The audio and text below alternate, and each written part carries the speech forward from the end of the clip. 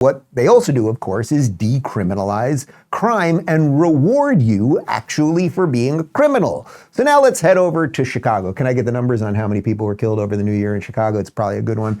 Mayor, this is new mayor Brandon Johnson. And of course, you know Brandon Johnson. He's the one that replaced Lori Lightfoot, who was completely bananas, Beetlejuice woman. Now they get someone who's even further left than him. It's just great. And here he is. And now who's he concerned about? Is it the good taxpayer of Chicago, the guy who's just trying to keep his family safe and, take care of his property and everything else? Are you going to take care of that guy, maybe give that guy some tax breaks and, help him flourish? Or are you going to focus on the criminals and everything else? And I think you know the answer.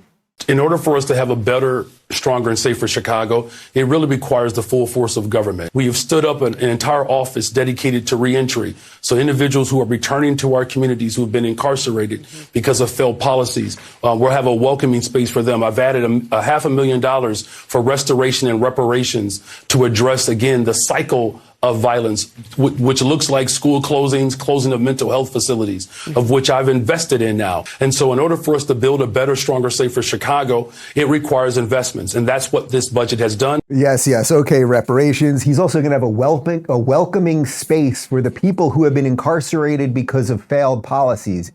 I don't know, maybe they murdered somebody, maybe they broke into a home, punched grandma in the face. We're going to take care of those people. Interestingly, this is rather fascinating. On New Year's Eve, there were only 23 people shot in Chicago, which you would have thought at least 40 people. 2 were killed, 23 shot. So that's a pretty good evening, I guess, if you're in Chicago.